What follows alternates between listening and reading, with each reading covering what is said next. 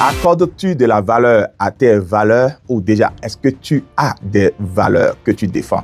Bonjour, bonsoir, peu importe d'où vous nous suivez. Bienvenue sur ce parcours 30 Days A&A. Je suis Pasteur G. L'Église en mission vous offre gratuitement ce parcours afin de vous préparer à réussir cette nouvelle saison 2026.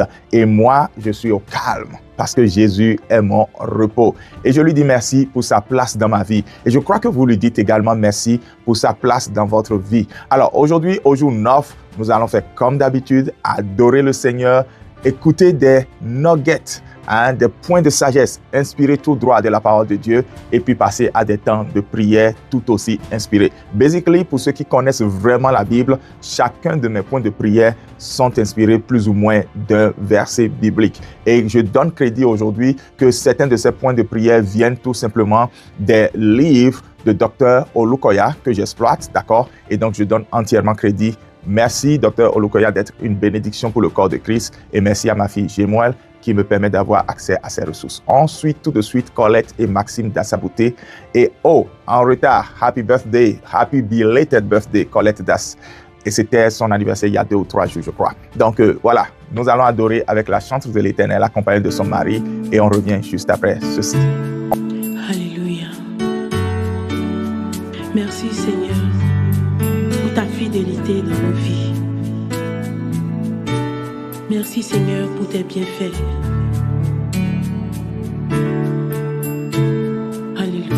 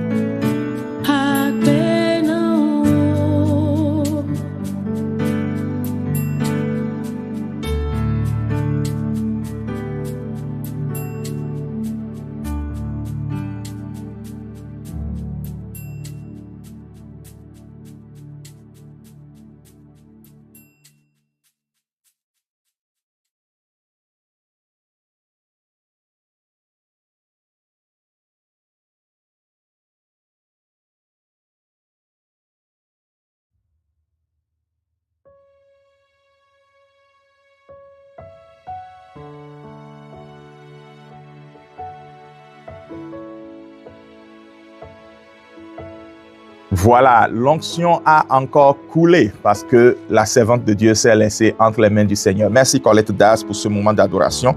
En tout cas, ça nous a permis à nous aussi de donner gloire à Jésus ici en ligne. Quel miracle, les nouvelles technologies aujourd'hui. Alors aujourd'hui, après avoir parlé des disciplines spirituelles, après avoir parlé du mariage, nous allons parler de la famille de façon générale, mais en mettant un focus sur la façon intentionnelle dont vous définissez qu'est-ce que votre famille sera en cette saison.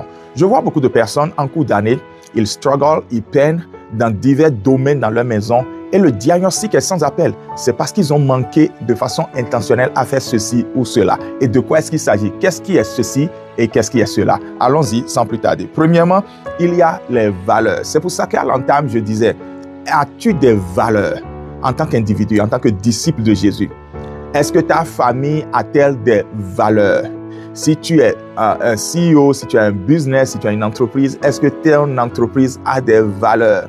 Si tu diriges une organisation ou tu es impliqué dans une organisation, même si tu es juste un volontaire, est-ce que tu as checké les valeurs de cette organisation? Vous savez, nous faisons beaucoup de choses et nous manquons ce qui est essentiel. Si vous définissez votre mission, vos objectifs et que vous mobilisez des ressources et que vous n'avez pas mis un point d'honneur à définir vos valeurs, laissez-moi vous dire, la vérité est que vous risquez de ne pas atteindre vos objectifs. La vérité est que les ressources risquent d'être gaspillées ou les ressources attendues risquent de ne jamais venir. Pourquoi? Parce qu'il n'y a pas de valeur. Pourquoi est-ce que les valeurs sont-elles si pivotales? Et elles sont aussi transversales à tout ce que nous faisons dans la vie. Parce qu'en fait, les valeurs définissent ce que nous sommes prêts à défendre. Les valeurs définissent ce que nous sommes prêts même à payer de notre vie pour ça. Les valeurs définissent les points sur lesquels nous n'avons pas de négociation. Les points sur lesquels je ne reviendrai pas en arrière. Les valeurs sont tout simplement importantes. Personnellement, j'ai des valeurs. Et ce sont ces valeurs-là que je défends. Et je ne veux pas les mentionner ici parce que je ne veux pas que, ayant écouté mes valeurs, vous vouliez copier les miennes. L'église que je dirige a des valeurs. Nous en avons 6 que de façon mnémonique, nous mettons en 3H, 3L. Nous avons donc ces valeurs qui nous aident à savoir qui nous sommes en tant qu'Église. Pour que demain, lorsque même moi, le porteur de la vision, si je ne suis plus là, au moins toute personne qui vient sache que cette assemblée a été instituée par le Seigneur pour faire ceci exactement. Donc c'est ça, ma famille a des valeurs. Je ne vais pas les mentionner ici, justement pour que quelqu'un ne se réfugie pas dans nos valeurs. Alors comment est-ce que chacun alors doit définir ses propres valeurs? Commencez-vous tout simplement par vous poser cette question. Si je sais que dans 3 jours, Jésus doit revenir, sur quoi est-ce que je suis prêt à m'investir et à tout faire que cela soit fait avant son retour? Ça commence déjà par définir ce qui est important pour nous. Posez-vous cette deuxième question. Si je sais que le monde part en vrille, sur quoi est-ce que je ne négocierai pas mon intégrité? Ou mon intégrité veut dire ici le fait que je demeure qui je suis, authentique, mon authenticité. Ça définit déjà ce sur pourquoi vous êtes prêt à vous battre, même quand tout autour de vous ne marche pas. Troisième question que vous posez, posez-vous cette question. Qu'est-ce que je suis prêt à donner ma vie pour? Oui, vous avez bien entendu. Parce que les valeurs vont jusqu'à ce point. Une autre version de cette question, c'est quel est l'héritage que je voudrais laisser à mes enfants? Quel est le souvenir que je veux que mes enfants aient de moi quand ils vont vouloir parler de moi quand je ne serai pas là? Pas le jour de l'inhumation. Le jour de l'inhumation, tout le monde est comédien. Mais je parle de qu'est-ce qu'ils vont retenir quand je ne serai pas là? En fait, il faut vraiment que vous définissiez vos valeurs. Ce sont vos valeurs qui vont vous aider lorsque le serpent va venir. Et vous allez dire au serpent, non, ce n'est pas le chemin du Seigneur pour moi. Vous voyez, j'ai des valeurs tellement ancrées que lorsque tout le monde court après l'argent, je ne peux pas courir après l'argent. C'est même déjà arrivé ici, c'est une triste histoire où tout le monde courait après un certain business. On m'a même supplié, mais pasteur, c'est comme si tu es littéralement un con.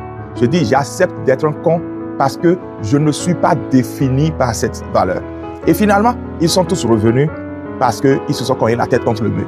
Déjà, même s'ils réussissaient, je n'aurais aucun regret de n'être pas entré dedans. Parce que ma vie n'a jamais été dirigée par l'argent. Ma vie est dirigée par un but. Et lorsque vous avez un but, toutes les ressources viennent. Et l'argent n'est même pas la première des ressources. Elle est peut-être la 3e ou la 4e ressource. Et donc, je ne me préoccupe pas de l'argent. Je ne poursuivrai jamais de l'argent. Et je voudrais que vous ayez une valeur comme ça. C'est ça qui va vous éviter beaucoup de douleurs dans la vie. Ce n'est pas pour rien que Paul dit à Timothée que ceux qui aiment l'argent ont toujours un gros lot de maux qui les affligent. Croyez-moi, vous ne pouvez pas aimer l'argent. Dès que vous placez votre amour dans l'argent, vous déplacez votre amour pour Dieu. Les deux ne sont pas ensemble. Pourquoi pensez-vous que lorsque dans toute la Bible, on a voulu avertir sur l'idolâtrie entre Dieu et quelqu'un, ou une chose, ou un être, on est parti parler de mammon. On a dit choisissez si vous voulez adorer Dieu ou mammon. Parce qu'en fait, la chose est tellement sérieuse dans notre tête que nous sommes facilement enclins à aimer l'argent. Mais ce n'est pas le seul exemple. Parmi les valeurs que je défends, c'est ça qui fait que en fait, je chéris ma fidélité à mon épouse. Et la valeur là ne vient pas forcément de mon tempérament, ne vient pas forcément du fait que mon épouse met une pression sur moi pour que je lui sois fidèle. Ça vient du fait que je suis fidèle à Dieu et mon épouse en profite. Donc, il faut que vous arriviez à avoir des valeurs dans votre vie. Ce sont ces valeurs-là qui vous gardent. Ce sont ces valeurs-là qui vous protègent. Ce sont ces valeurs-là qui vous donnent l'orientation de votre vie et permettent de définir où vous pouvez aller et où vous ne devez jamais aller. Ce que vous devez faire et ce que vous ne devez jamais faire. Qui vous êtes appelé à être et qui vous ne devez jamais être. Parce que pour vous, c'est ça. Les autres peuvent le faire, mais vous, vous avez une identité qui fait que vos empreintes digitales ne sont pareilles à celles d'aucun autre être humain sur la terre. Alors, définissez vos valeurs.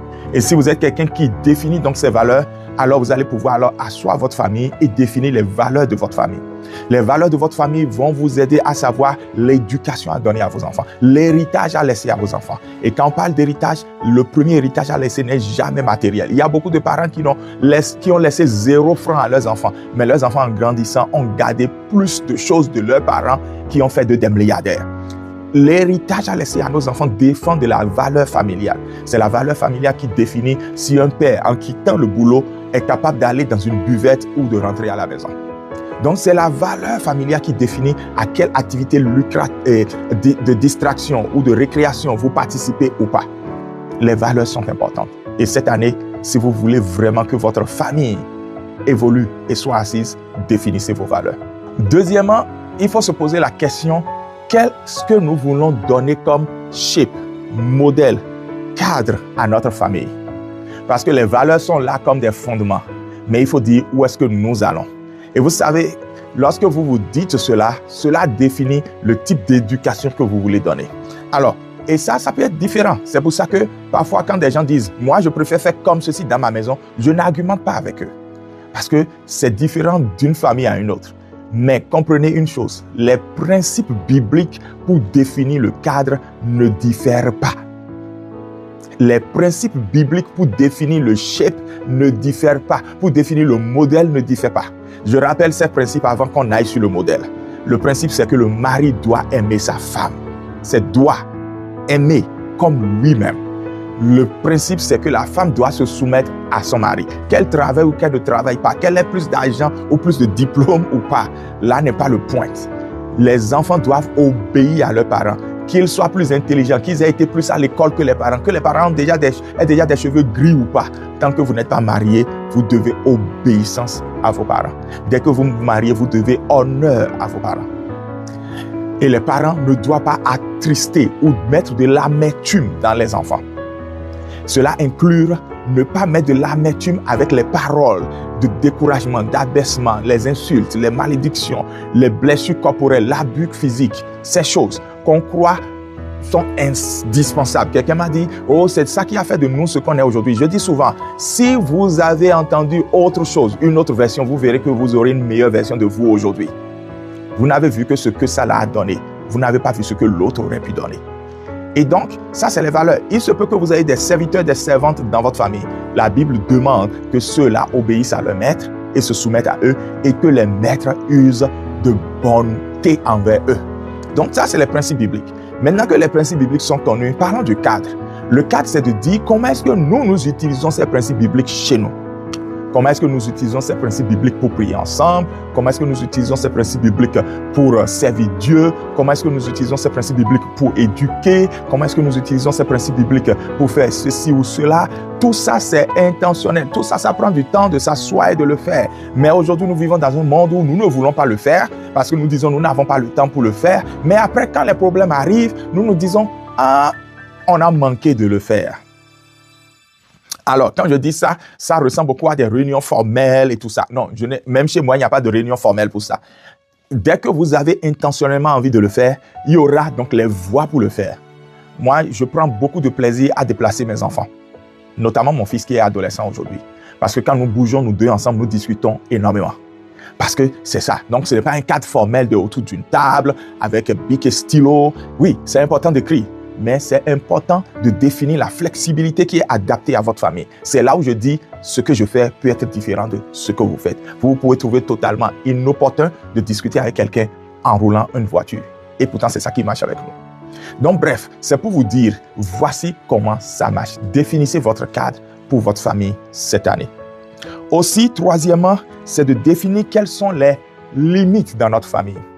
Et je voudrais juste prendre ce point-là.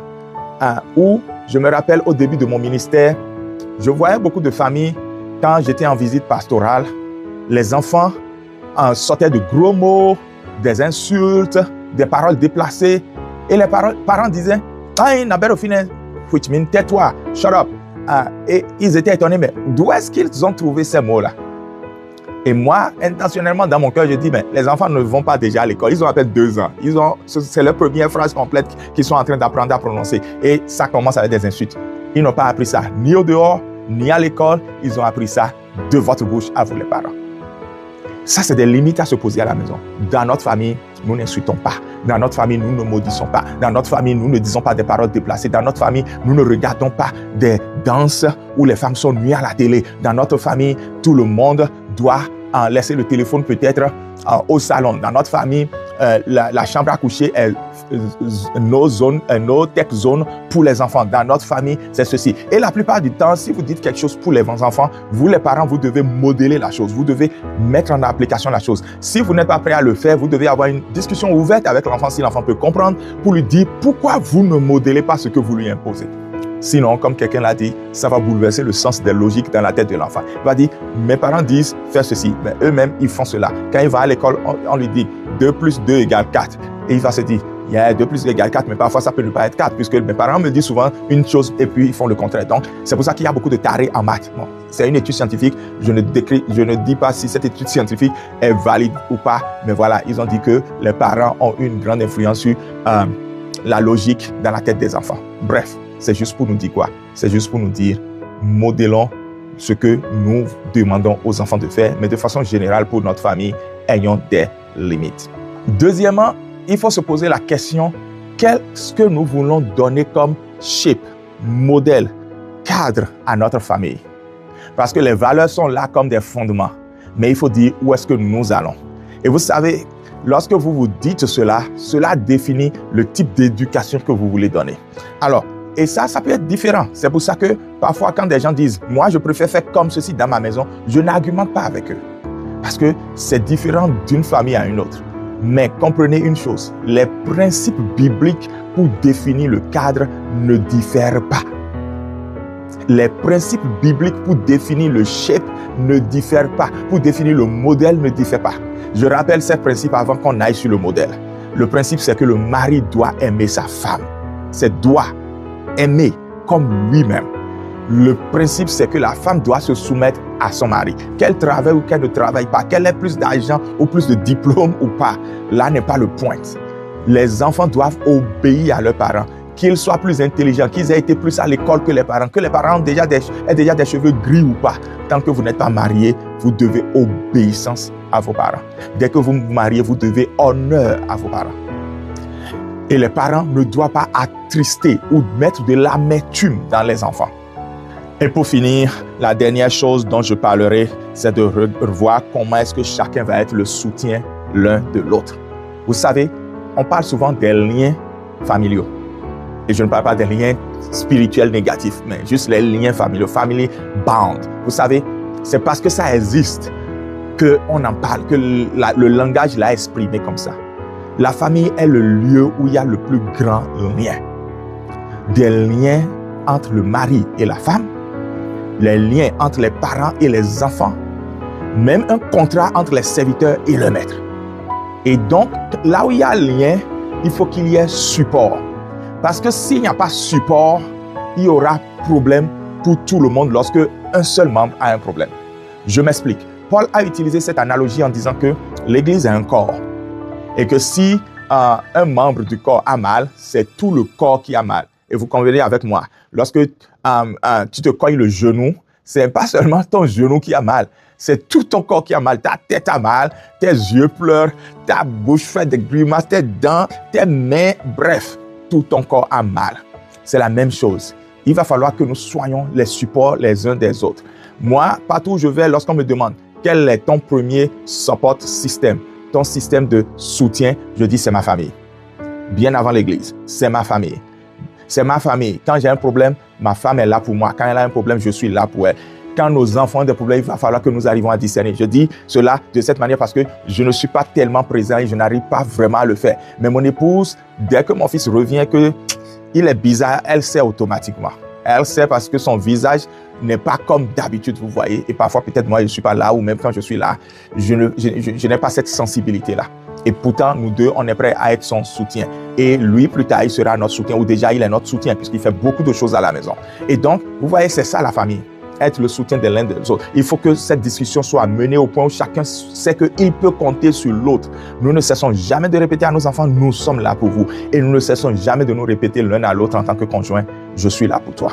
Et ça, c'est le vrai talk de cette année. Et je prie que lorsque nous avons le temps d'avoir toute cette discussion sur les 3 aspects que je viens de mentionner, que Satan ne trouve aucune place à discuter avec n'importe qui dans notre famille au nom suprême de Jésus. Qu'il ne trouve aucune place à discuter avec la femme, l'homme, les enfants. Il n'a personne à dévorer, ni dans Genèse 3, ni dans Apocalypse 12, au nom suprême de Jésus. Que nos familles soient gardées, que nos familles soient protégées, que nos familles fleurissent, que nos familles soient bénies, que nos familles brillent, que nos familles soient en paix, au nom suprême de Jésus.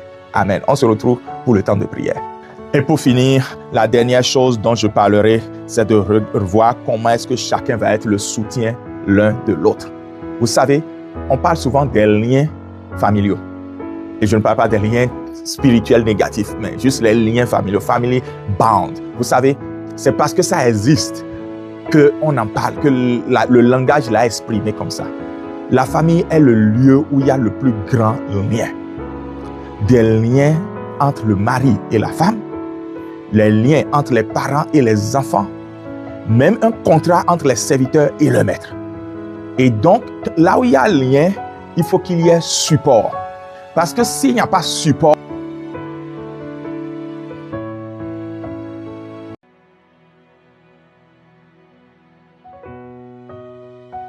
et évidemment, nous sommes de retour et que le Saint-Esprit glorifie Jésus pendant ce temps de prière. Nous allons commencer en commençant par dire merci à Jésus parce qu'il nous garde et parce qu'il nous renouvelle. Thank you, Lord, because you are holding me and you are renewing me. Thank you, Jesus. Prions maintenant au nom de Jésus-Christ de Nazareth. Merci, Seigneur. Merci parce que c'est toi qui me tiens, qui me soutiens et qui me renouvelle. Je te donne toute la gloire pour qui tu es dans ma vie, pour ce que tu as accompli, pour ta main glorieuse, merveilleuse, insondable, qui agit en moi et dans ma famille. Je ne peux que te dire merci, Saint-Esprit. Merci, Jésus. Merci, Papa. Merci, Dieu éternel et vrai. Celui qui ne change pas, mais qui change les choses. Celui qui vit à jamais. Alléluia. Tu me gardes et tu me renouvelles. Tel que je suis aujourd'hui, ce n'est pas tel que j'étais hier. Tu m'as renouvelé. Tu as renouvelé ma foi. Tu as renouvelé mon espérance. Tu as renouvelé ma force. Tu as renouvelé ma joie. Tu as renouvelé ma clairvoyance et mon discernement. Tu me parles. Je te célèbre. Je te glorifie. Je te bénis. Je te loue. Je t'exalte. Honneur et gloire te soient donnés. Au nom suprême de Jésus, je veux t'honorer, je veux te glorifier, je veux te bénir, je veux t'exalter, je veux t'honorer. Louange et gloire te soient données. Louange et gloire te soient données. Louange et gloire te soient données. Sois béni à jamais. Au nom suprême de Jésus, j'ai prié. Amen. Nous allons encore dire merci à Dieu aujourd'hui parce que nous l'honorons pour ce qu'il a fait pour nous, ce qu'il fait en nous et ce qu'il fait par nous. Oh Lord, I honor you for what you are doing for me, in me and through me. Prie maintenant et rends grâce à Dieu. Père, je veux te dire merci pour ce que tu fais dans ma vie, ce que tu fais par moi, ce que tu fais pour moi, ce que tu fais en moi. Je te donne toute la gloire pour cela, Yahweh. Personne n'est comme toi. Alléluia. Rekotoboshaya. Emando suke prelagade. Ibarababako sukapalegadaya. Je t'adore, je te bénis, je te loue, je t'exalte. Nul n'est comme toi. Je t'honore, je jette à tes pieds ma couronne. Toutes les couronnes que j'ai, les couronnes que les gens voient en moi et disent, il est quelqu'un. Devant toi, je ne suis rien. C'est toi qui fais tout le travail en moi, par moi, pour les nations. Au nom de Jésus, je veux t'honorer aussi pour ma famille. Je t'honore pour la femme merveilleuse que tu m'as donnée. Je t'honore pour les enfants merveilleux que tu m'as donnés. Sois béni à jamais. Sois élevé à jamais. Je t'honore pour l'Église. Je t'honore pour cette assemblée qui a à cœur de t'obéir, de te suivre, de faire ta volonté. Sois élevé à jamais. Reçois la gloire dès maintenant et pour toujours. Au nom suprême de Jésus, nous avons rendu grâce. Amen, amen. Tu vas prier maintenant et tu vas déclarer, Spirit of nakedness, assigned to feed me with the food of disgrace and shame, leave my life alone in the name of Jesus. Le nom de Jésus est puissant pour détacher de ta vie tout esprit de nudité assigné pour te donner à manger dans la nuit et que ce repas commence par agir en toi comme une œuvre de disgrâce et de honte. Ce ne sera pas ta portion au nom de Jésus-Christ de Nazareth. Demande à ce que au nom de Jésus, cet esprit se départe away from you, far away from you, in the name of Jesus. Que cet esprit s'éloigne de toi au nom suprême de Jésus. Prie maintenant au nom de Jésus. Every spirit of nakedness, I declare and decree, you have no assignment to feed me, either in dream, either in physically. I declare and decree, Rokapaya Baba, your assignment catch fire. You fail in that assignment. I receive to be fed by the food of disgrace and shame. That's not my portion. In the mighty name of Jesus, Rikopoli Gadabo Shakatabaya, Iberekoto Broshaye Balababa. I reject your activity in my life. I reject your activity in my household. I reject your activity over my wife's life. I reject your activity over my kids' life. I reject your activity over the church. In the mighty name of Jesus, I declare and decree, you have failed. Robasi Kataya. In the mighty name of Jesus, your mission is an impossible one. In the name of Jesus. In the name of Jesus. In the name of Jesus. Alléluia, alléluia. Tu vas prier, déclarer, oh Lord, let me enjoy overflowing supernatural favor in the mighty name of Jesus.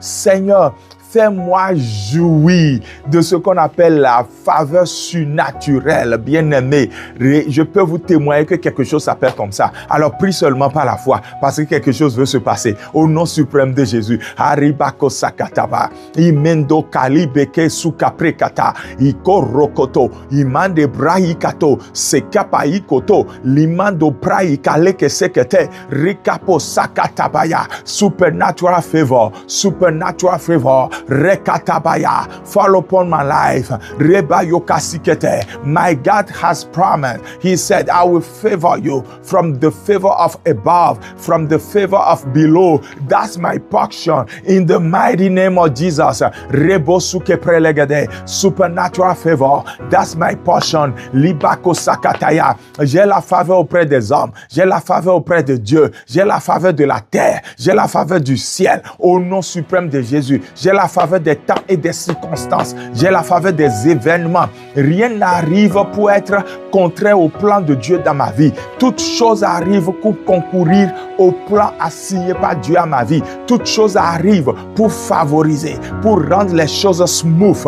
Au nom suprême de Jésus. Là où c'est hard pour les autres, pour moi c'est smooth.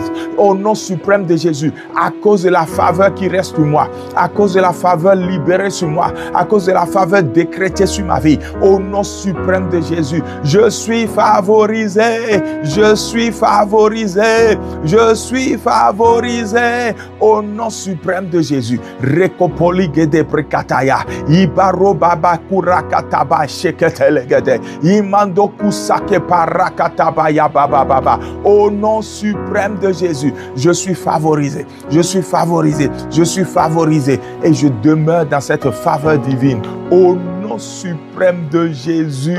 Amen. Quelqu'un crie Amen. Tu es favorisé au nom de Jésus. Amen. Tu vas prier encore et tu vas déclarer, Oh Lord, let me feel your presence in my life. In the mighty name of Jesus. Lorsque tu as l'assurance que Jésus est présent avec toi en tout temps et en tout lieu, la peur s'enfuit, le doute est enterré et tu as une grande force pour entreprendre là où les autres ne savent pas s'il faut bouger ou pas. Au nom suprême de Jésus, prie afin que tu vives la présence de Dieu, pas juste sentir émotionnellement. Dis Seigneur, je veux vivre ta présence tous les jours. Au nom suprême de Jésus. Rekatabaya, Imando Robo Shekepe, Rakutabraya Bababa. I know you are here. I can attest, I can testify about it. In the mighty name of Jesus. Je sais que tu es là. Je peux en témoigner. Ta présence est réelle. Ta présence est palpable. Je vis dans une autre dimension. Je vis dans une autre capacité. Je vis le surnaturel. Je connais le manteau qui est sur moi. Je connais la mission que tu es sur moi. Mais je connais surtout qui a mis le manteau et qui m'a donné la mission. Alléluia. Rekosukatayaba. Je refuse de vivre la vie de j'ai entendu parler de toi. Je veux vivre la vie de mes yeux t'ont vu. Rekapaluka sakataya. C'est ce que je veux vivre. Je veux vivre, Jésus l'a fait. Je veux vivre, je n'ai jamais rien vu de pareil. Je veux vivre la grâce de l'Éternel agit dans ma vie. Je veux vivre tout ce qui est déjà dans le spirituel se matérialise dans le physique. Je veux vivre, Dieu est présent et réel. You are real. You are real. Ce n'est pas du fake. Tu es réel. Au nom suprême de Jésus, je t'adore parce que je sais, tu me fais vivre ta présence continuellement. Au nom suprême de Jésus. Au nom suprême de Jésus. Au nom suprême de Jésus. Je t'adore. Je te bénis. Je te loue. Je t'exalte parce que tu vis à jamais. Au nom suprême de Jésus. Alléluia. Tu vas prier et tu vas dire, Oh Lord, give me the faith that make my life glorious in the mighty name of Jesus. Bien-aimé, est-ce que tu sais qu'il y a une portion de dimension dans laquelle tu peux entrer et qui fait que ta foi amène que ta vie devienne différente? Tu as souvent entendu des témoignages des gens dire, parce que j'ai eu la foi, j'ai prié comme ça, je vis ma communion avec Dieu comme ça, j'ai réalisé telle chose, j'ai entrepris ceci. Moi, je donne le témoignage, à cause de ma foi, je suis établi aux États-Unis. Au moment où il me disait, va aux États-Unis pendant Covid, c'était à peine croyable. C'est pour ça que je parle à quelqu'un. Pendant qu'on a dit tous les visas sont suspendus. Mais si Dieu t'a dit, tu vas y aller, crois-le. Dis Seigneur, donne-moi la foi qui rend ma vie glorieuse au nom de Jésus. Prie ainsi maintenant. Prie au nom suprême de Jésus. Lekosu kepele, rando kotobo shaka, iberaku tabrekato sataya. Tu reçois cette foi qui rend les choses possibles dans ta vie. Tu reçois cette foi qui rend les choses réalisables dans ta vie. Au nom suprême de Jésus, ça quitte projet pour devenir œuvre au nom de Jésus. Car il est dit, recommande tes projets à l'Éternel et tes œuvres réussiront. Je déclare sur ma vie, je quitte les projets pour devenir œuvre au nom de Jésus. Des œuvres qui glorifient le Père dans ma vie et qui rendent ma vie glorieuse aux yeux de tout le monde, au nom suprême de Jésus. Et je peux dire, Dieu l'a fait. Dieu l'a fait. Ce n'est ni pas ma force, ni pas ma puissance, mais c'est Dieu qui l'a fait. Il a réalisé par sa main puissante et son bras tendu. Il a occasionné cette guérison. Il a occasionné cette délivrance. Il a occasionné cette turnaround. Il a occasionné cette intimatie avec lui. Au nom suprême de Jésus, il renouvelle la force de continuer par poster ces vidéos jour après jour, malgré mon agenda. Il rend possible des choses totalement impossibles. Au nom suprême de Jésus, il le fait et toute la gloire lui est donnée. Au nom suprême de Jésus. Merci à toi, Père. Merci pour ta grâce. Merci pour ton amour. Merci pour ta faveur, pour tout ce que tu as accompli. Sois béni à jamais pour les vies glorieuses que je vois dans la mienne, dans celle de chaque membre de ma famille, au nom suprême de Jésus. Et quelqu'un dit très fort, Amen. Tu vas déclarer encore, Oh Lord, let this prayer mark the beginning of a great turning point in my life, in the mighty name of Jesus. Que cette prière que je veux faire maintenant marque le début d'un grand changement, un changement radical positif dans ma vie au nom de Jésus-Christ de Nazareth. Bien-aimé, prie parce que quelque chose dont tu témoigneras veut frapper à ta vie, veut frapper à ta porte. Prie maintenant au nom de Jésus. Bekatu sakata, iberekete broshaka, imando robo shebre legade, rakutaye barukata bayaba. Je sais que c'est toi qui vas le faire. Je sais que c'est toi qui vas le faire. Rabababababababa, ikoto broshaye barakata bayaba baba. Voilà pourquoi je crie encore. Papa des cieux, glorifie ton nom, glorifie ton nom, glorifie ton nom, au nom suprême de Jésus, au nom suprême de Jésus.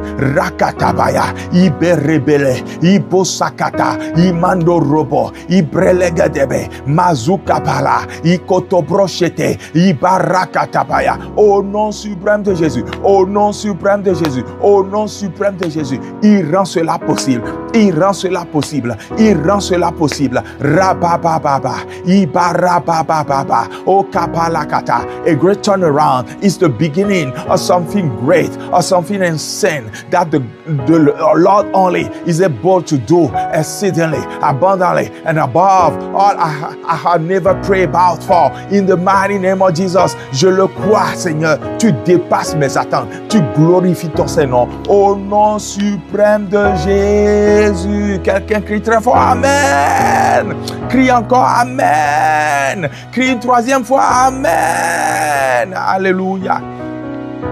Et tu vas faire cette dernière requête pour dire, Eyes of God, look deep into my foundation and remove what you have not put there in the mighty name of Jesus. Que les yeux de l'Éternel, la Bible déclare dans Zacharie 4 que les yeux de l'Éternel parcourent toute la terre. Que les yeux de l'Éternel, toute fondation de ma vie, tout ce qu'il y a dans cette fondation, que la main de l'Éternel n'a pas mis, que les yeux de l'Éternel les révèlent et les enlève au nom suprême de Jésus. Rakatabaya. Tu m'as dit, Seigneur, que mes mains ont posé cette fondation et mes mains achèveront cette construction. Au nom suprême de Jésus, je déclare, c'est ainsi au nom de Jésus. Mais il se peut que mes mains aient mis quelque chose dans la fondation parce que je t'ai désobéi, parce que je n'ai pas suivi tes directions. J'ai voulu en faire ma tête. Ah, je dis miséricorde, Seigneur. Miséricorde, Seigneur. Tout ce qu'il y a dans la fondation qui vient de moi et non de toi, Seigneur, enlève-le au nom de Jésus. Tes yeux l'ont vu, enlève-le au nom de Jésus. Je rejette cela. Je dis miséricorde, Seigneur. Je dis miséricorde, Seigneur. Lorsque je faisais la fondation et que par manque de vigilance ou par ignorance ou par distraction, Satan est venu mettre quelque chose dans la fondation, comme l'ennemi qui vient semer l'ivraie quand on sème le bon gré. Je dis miséricorde, je dis au secours, Jésus au secours. Tes yeux ont vu, oh papa, et ta main enlève l'ivraie maintenant. C'est le temps de la moisson où l'ivraie sera arraché, lié et jeté au feu au nom suprême de Jésus. Arraché, lié et jeté au feu au nom suprême de Jésus. Arraché, lié et jeté au feu au nom suprême de Jésus. Tout ce qui n'est pas dans la fondation, tout ce qui n'est pas propre pour cette fondation, parce que l'œuvre de cette fondation doit continuer par s'élever. Elle ne doit pas s'écouler. L'œuvre de cette fondation doit être glorieuse. Elle ne doit pas être remplie de honte. Les gens vont dire, on était ici, on savait que c'est comme ça que ça va finir. Ce ne sera jamais comme ça au nom de Jésus. Parce que tout ce qu'il y a eu dans la fondation et qui n'est pas propre, qui ne vient pas de Dieu, est annulé, est enlevé au nom suprême de Jésus. Au nom suprême de Jésus, quelqu'un crie très fort Amen. Amen, Amen et Amen. Et je déclare sur ta vie, l'œuvre qui a commencé à la fondation dans ta vie sera une belle œuvre au nom de Jésus. Alléluia. Il accomplira une belle œuvre dans ta vie. Jésus accomplira une belle œuvre dans ta vie. Jésus accomplira une belle œuvre dans ta vie. Il accomplira une belle œuvre dans ta vie, Jésus. C'est ainsi ta portion au nom de Jésus. Alléluia. Retenez ceci, demain on est à l'église, donc il n'y a pas de diffusion à 13h pour le jour 10. Donc on sera à l'église et à 17h le culte sera retransmis en direct. Central Time, c'est minuit GMT plus 1, mais whatever, n'importe quand vous pouvez nous suivre. Si vous voulez vraiment faire tous les 30 jours, alors retrouvez-nous, ce sera à l'église. Et puis le jour 11, donc le jour 11, on va se retrouver encore en live à 13h. Central Time et 19h GMT plus 1 heure de Cotonou. Alors, si vous avez à cœur de soutenir l'Église en mission, alors voici comment vous pouvez donner aux États-Unis.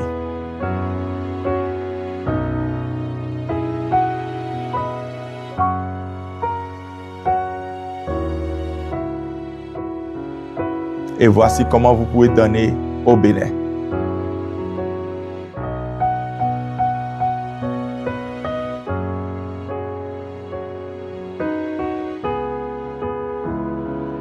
Et voici comment moi je dis que l'Éternel vous favorise, qu'il fasse lui sa face sur vous, qu'il vous protège et qu'il vous garde, et que sa bonté, sa compassion se renouvelle dans votre vie chaque jour, selon sa promesse, au nom de Jésus. Amen. On se retrouve demain à l'église. Amen quelqu'un. Amen quelqu'un à l'église. Yeah, je parle de toi, bien sûr. Ok, à demain, tu as compris. Bye.